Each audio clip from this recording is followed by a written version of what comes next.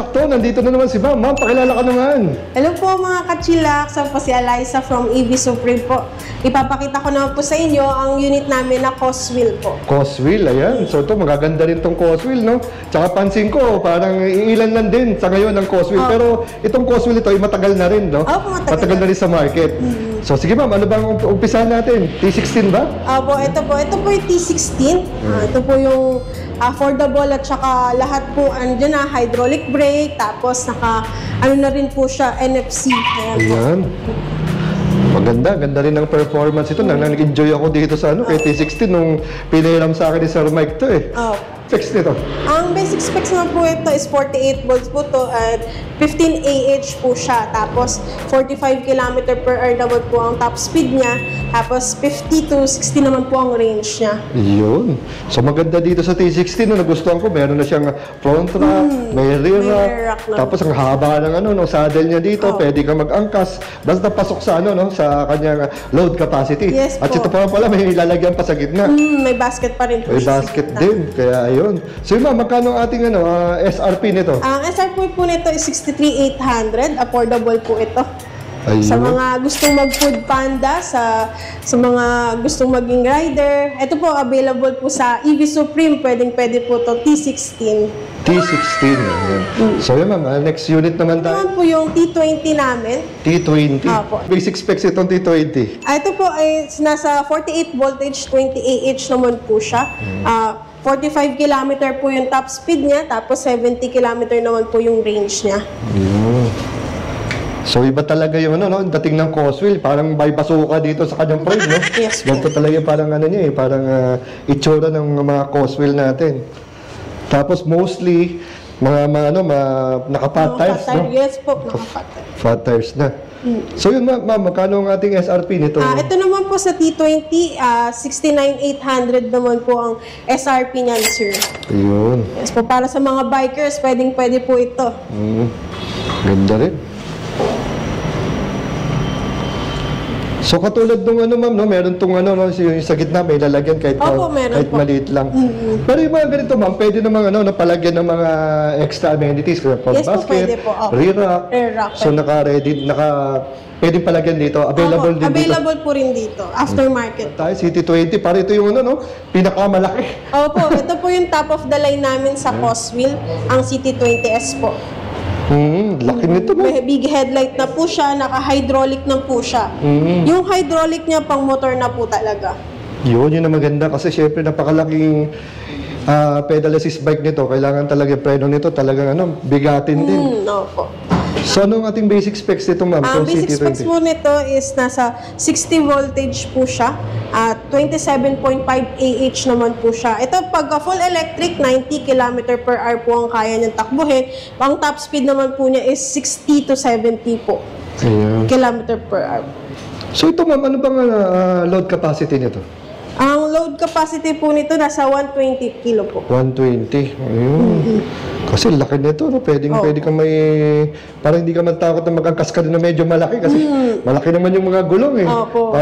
Parang motor na rin sa laki Ang haba. Bigayin natin din ngayon naman itong CT20S. Ito po is nasa 145,000 po ang SRP po nito. So dito naman tayo ma'am. Ito, ang ganda nito yellow. Ano nang pangalan nito? Ito naman po yung T24 Bumblebee po. Limited edition po ni Coswheel. Basic specs ma'am? Yung basic specs po is 45 km per hour. Tapos 70 km naman po yung kaya ng takbuhin din. So ganda nito ma'am. Parang pakakaiba rin yung itsura dito, no? So katulad ito ma'am, kasi, di ba? Parang expose yung battery. Yes ito, po. Kahit pa paano ma'am, safe ba ito kung biglang umulan na malakas? Yes po, slash proof naman po ito. Kaya kahit mabasa po siya, okay lang. Okay lang, huwag na talagang malubog sa baha. Malubog sa baha. Kasi minsan, siyempre, kahit pa paano, pag medyo expose yung battery, kinakabahan yung rider na baka mag-short circuit, ganyan. Pero malamang ganito namang magandang mga brand hindi lang basta-basta mag-short no? Hindi po. So nasa magkano naman ito ma'am ang bigayin natin? Ito naman po 78,800 naman po ang SRP niya.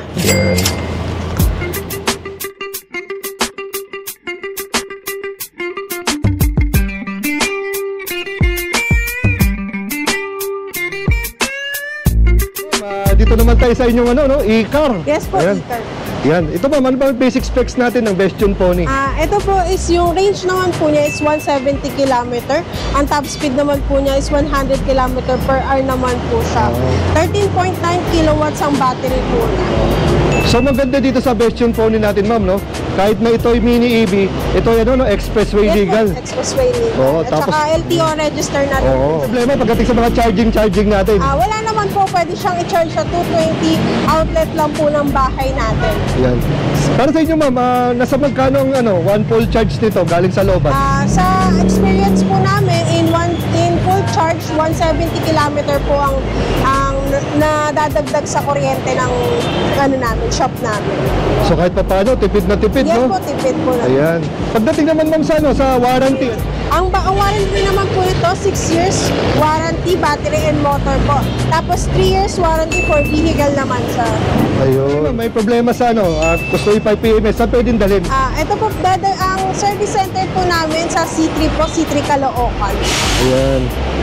Kunwari, ma'am, example lang, kunwari biglang merong nagkaroon na sira, meron bang parang hotline na pwedeng tawagan to? Kami lang din po ang pwede tawagan. So kahit pa paano, 24/7, meron naman roadside Yes po, assistance to. opo. At syempre, di natin masasabi, minsan, dahil syempre, baka nagkaroon ng problema, Opo. syempre, common lang naman, syempre, nakakabili, kailangan nila na rescue, ganun. Yes po, opo. Kami lang din po ang kayo lang din agad. tawagan nyo for So, yun. mga emergency. Oo. So wala sila problema, basta EV Supreme, Opo, siguradong EV yan. Supreme po. Asikaso yan, di ba? Tama! Tama! Ayan. So magkano na ngayon, ma'am, ang ating Bastion Pony? Ang Bastion Pony po is 588,000 po. Yun po yung SRP. Ayan. So kasama naman yung charger nito. Yes po, portable charger kasama na rin po. Basic tools kasama na rin po siya. Kapag nag-avail po kayo, pati yung tint kasama na rin po. Ayun. So yung mga previous niya, no? Opo. May mga rin ba ito, ma'am? Mga mating, ganun? Yes po, car matting, meron na rin. Pwedeng i-Waze or Google Map para madaling makita ito EV Supreme, ma'am. Opo. EV Supreme lang po ang search nyo sa Waze or sa Google Map po. Basta EV Supreme, E. Rodriguez po, yun na po kami. Yun Ayan. po yung unit namin. So ito yung nyo, no? Pinakabago yung pwesto, no? Yes po. So wala na kayo dun sa Scout, no? Yes po, wala na po. Wala Ito na na. po yung bagong At place. saka syempre abangan nila yung bago, yung sa Fishers Mall, no? Yes po. Ayan, so pagka nabukas na yun, papasyalan din natin yung ma'am, patis malaman nila kung saan, syempre kung mas malapit sila doon, pwede na silang bubisita doon sa kabilang branch Yes naman po. na bagong-bago. So yun, again mama, maraming salamat sa papapaulak mo sa ating mga kachilaks. Till the next time, at saka till the next ride. Thank you po.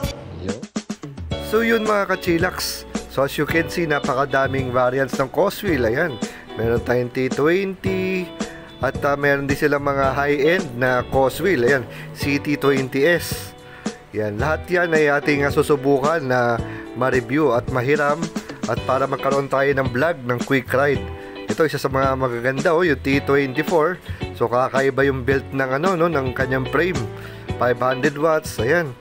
So magandang i-ride to. At syempre, flex ko na rin yung mga nagtiwala sa Coswheel, yan, mga nakabili ng mga e-bike sa EV Supreme. Ito si Ma'am, eksakto, imagine mo, nag-Pesco scooter naman ang pinili. Ito sila Ma'am, sila Sir, ay ang Bastion Pony. Siyempre, saan pa sila bumili kundi dito sa EV Supreme. So, nagtitiwala sila dahil dito naman talaga sa EV Supreme ay sigurado ang magandang after sales. So, nung pa inaantay nyo mga kachilaks, bisita na. See you!